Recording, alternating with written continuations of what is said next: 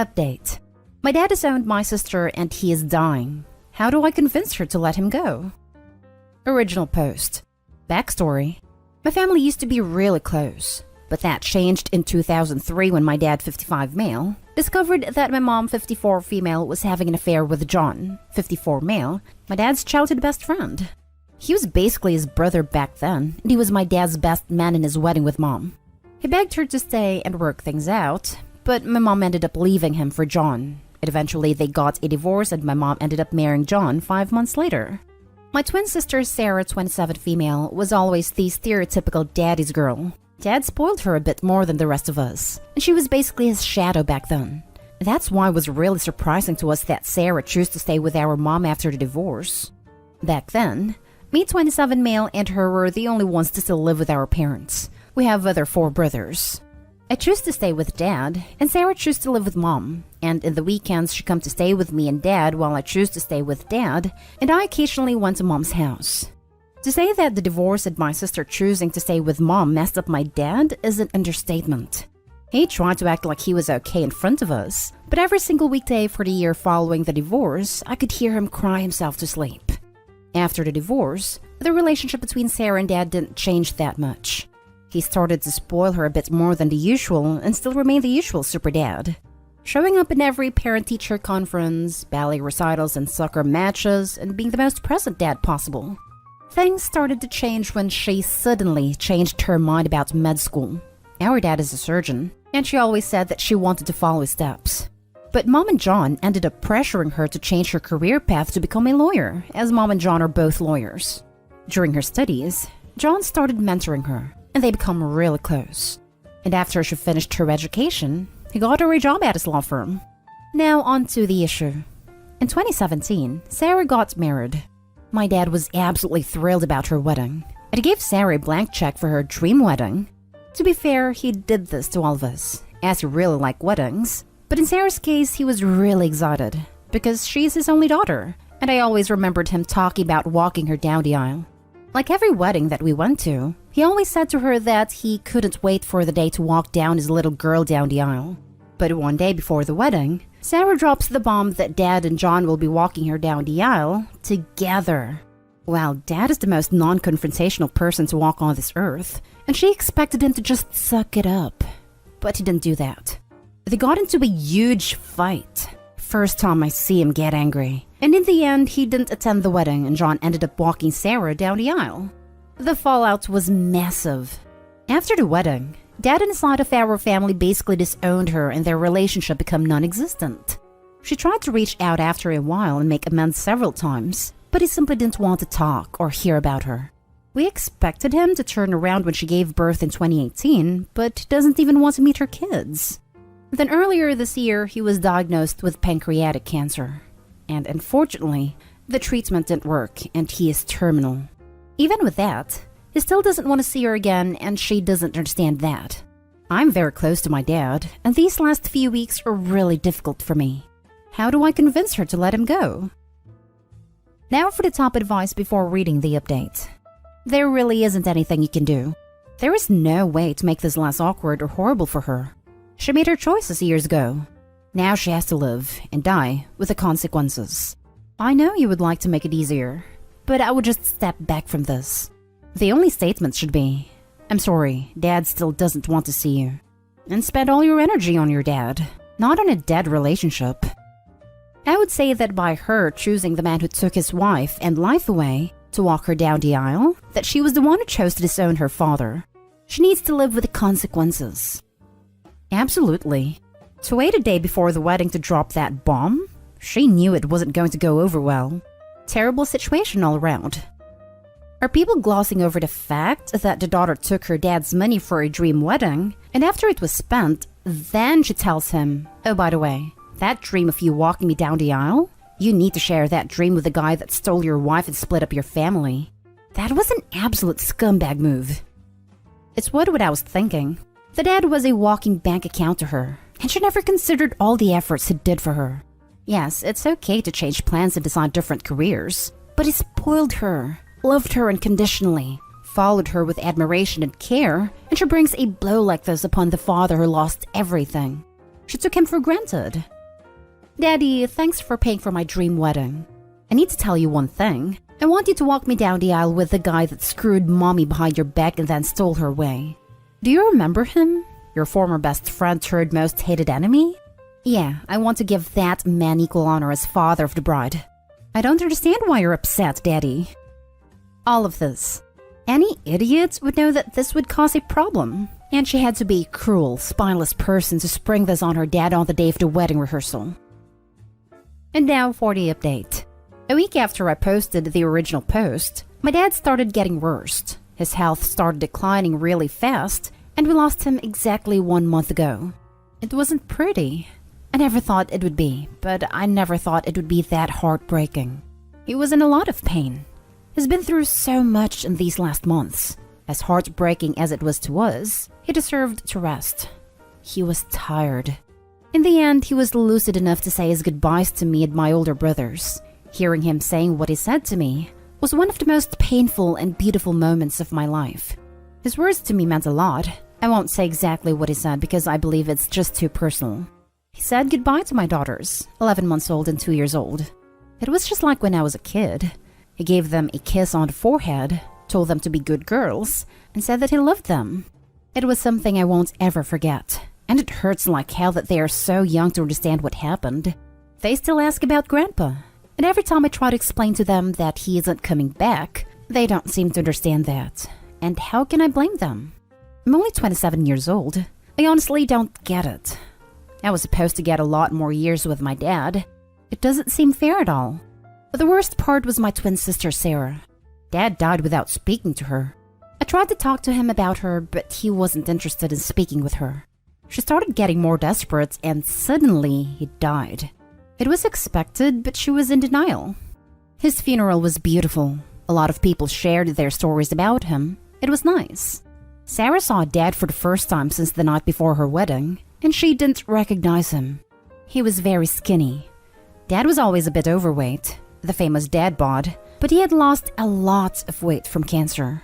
She cried a lot during the whole funeral. Mom and John tried to show up at the ceremony, and my uncles were forced to kick them out of the funeral. Good freaking riddance. Dad's will went as expected as it could. Dad's family came from old money, petrochemicals, so he always had a lot of money. He left a little bit of money and properties divided equally to all his kids, including Sarah. He left a trust fund which was a lot of money for all his grandkids, including Sarah's kids, which he never met. It was honestly expected.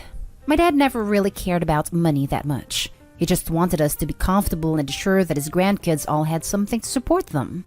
The tricky part was the personal things. He left a really big letter to all of us, except Sarah. It was really personal stuff. In my letter, he spoke to me about our story, about my childhood. It was really nice. I must have read the letter like 100 times, and I cried every single time. One of Dad's favorite hobbies was photography. He was quite an enthusiast, and the subject of his photos was pretty much our family, when he and Mom were together. Later, it turned out to be just me and my siblings. As a result of this, we had a lot of pictures from us growing up. He gave each of us a photo album, and behind each photo, he wrote something, where it was taken in a few words. I was honestly very surprised with this. He must have done this long before he died. It was a very thoughtful goodbye gift, something that was very typical of Dad.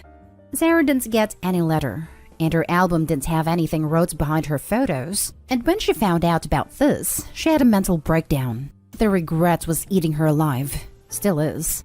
She was admitted to a hospital and spent an entire week there. She's doing a bit better now, getting a little better every day. Her husband and I are really confident in her recovery. She's sleeping and eating almost normally now. She still starts to cry randomly multiple times on a daily basis, but it's getting better. At least that's what I'm telling to myself. Which brings us to last week. My wife and I discovered that we are expecting again. It wasn't planned or anything like that. My wife switched birth controls last month, and she spends a week without taking the pill. It's still very early in her pregnancy, so we haven't told anyone yet. The thing is that I'm really angry. I'm angry that my future kid is not going to be able to meet Dad. I'm freaking pissed, honestly. It doesn't seem fair at all. I'm angry and I'm scared. My dad was supposed to guide me in the whole parenthood process. He was teaching me a lot with my daughters. Now I'm scared of doing this without him. I'm scared of not being a good father like he was to me, because my kids deserve that. This is it, folks. This whole situation could be a lot better. I play the what-if scenario in my head every day. Unfortunately, it doesn't change anything. This is honestly a bitter ending. Doesn't seem fair at all, but that's the thing about life. It's actually never fair. I want to thank everyone who gave me advice and to everyone who reached out and offered their support in the chat. I was very lonely at the time. Still am. It meant a lot to me. Thank you, Reddit. This whole situation is sad. It really is. Listen, bud, let me tell you something. Your amazing dad did his job, and he gave you whatever he could pass on to you. Best thing you can do is live according to the good things he taught you. Grab a book and start journaling all your best memories. Talk to your family members. Write down what they remember too. This is the time to do it while memories are fresh. Losing him is sad, but find happiness in also realizing that whatever hardships he had in life are also over. Now you need to do your best to be as great a father as he was, so your children can benefit from him through the hands of the son who raised with his own two hands. I wish you the best in your journey forward. Jeez. John must have really done a number on your sister to make her think that having her bi-dad walking her down the aisle with a man that betrayed him and destroyed his family was going to be a reasonable thing to ask. Lots of women have their stepdads and their bi-dads walk them down the aisle together, but not when there was cheating involved. Did she know about the cheating? It just seems like a completely tone-deaf request. Dad probably felt used by daughter. Like one more time he was set aside because of John, on a wedding that he paid for. He must have been so heartbroken and pissed. How cold-hearted was she, man? I cannot imagine the pain he went through. Wow. The sheer arrogance it took for your mom and stepdad to show up at your dad's funeral is hard to fathom. What did they think was going to happen? Oh, hey everyone. Everybody knows we betrayed and caused more pain to this man than even his cancer. But hey, we wanted to be here and give our condolences to our former husband and best friend. I'm sorry your twin sister didn't get to make amends with your dad, but what was she thinking when she wanted the man who caused the destruction of her parents' marriage to walk her down the aisle with her dad? Choices have consequences, and she's dealing with them now. What is your sister's relationship like with you and your brothers? Or the rest of the family? We are all very close. I am particularly close with her because, well, we are twins. Shared a womb and stuff, but our older brothers love her and she loves them as well. She was always a bit spoiled by them, the privilege of being the only girl in the family. Now, for the last story, my entire family disowned me because I cheated on my girlfriend. Now my sister wants to reconcile on her wedding day, but I declined because they are dead to me. Basically what the title says. I cheated on my girlfriend. I did not cheat on her. She wanted to open up the relationship, but I found out later that she just wanted to sleep with a certain someone. When she found out that I had also started sleeping with someone else, well, she didn't take it very well and told me to stop seeing her. I declined, saying that I hadn't broken any of the rules we agreed upon, and she just went nuclear on me and told my family that I had cheated on her. To say that they didn't take it well would be an understatement. They basically disowned me. My dad had been cheated on twice before he met my mom, and my mom's ex-husband left her and their kid, my half-sister, for a woman half his age. And in addition, my younger sister met one of those stereotypical jocks that treated her like crap and constantly cheated on her. So yeah, my entire family, parents, sister, and half-sister just loathed cheaters. My ex, who my entire family loved like one of their own, told them that I was cheating on her. It also told them the type of acts we were having, and they just disowned me. I tried talking with them for 3 to 4 months, to have them hear out my side of the story, but they refused to even see me, much less talk with me. The final straw was when I went to my parents' house on my birthday while it was raining at 11 in the night, begging them to talk to me, but they ended up calling the police on me. My friends also treated me the same. It's been about 2.5 years now, and I've been doing okay. I moved away to another state, and I don't really have a social life anymore and put all of my energy on either my job or the gym. Then I got a call yesterday from my sister, saying that she was getting married, and she wanted me to be there with her on her special days as we used to be very close, which is true, and that she is willing to forgive and forget. I asked her to expand on that, and she told me that she is willing to forgive me for cheating on someone and isn't willing to forget that I was a horrible human being for doing so. I told her that I am not available and have a good day, never to contact me again, and hung up without explaining. My phone is now blasted with messages and calls which I have not bothered listening to. Now, should I actually be trying to reconcile with them because they are my family? Because I really don't want to. They dropped me without ever listening to me and just shunned me for something that I didn't even do. Also, one more thing I wanted to ask you guys. Is this something I should get therapy for? I don't know much about therapy. The only person I have told my story to is my secretary, and she advised me to get some. Now for the advice. You should do what feels best for you. You are in no way obligated to reconnect with your family. In my opinion, your family betrayed you when they left you without even hearing your side of the story. Therapy might be an option. Your words about no more social life and opening up only to your secretary make me suspect that you are deeply wounded and may need healing through outside help. It did hurt, and still does to this day, but the way my father described therapy, that it was only for people who had gone through severe mistreatment only. I was supposed to just get over everything else. Is this something I should get therapy for? I think so. It sounds like there's something deeply wrong about your family from the get-go. Especially this part. I asked her to expand on that, and she told me that she is willing to forgive me for cheating on someone, and isn't willing to forget that I was a horrible human being for doing so. I have a lot of trouble understanding just why she still seems to be adamantly believing your ex. Were you always the black sheep in the family? I wasn't the black sheep.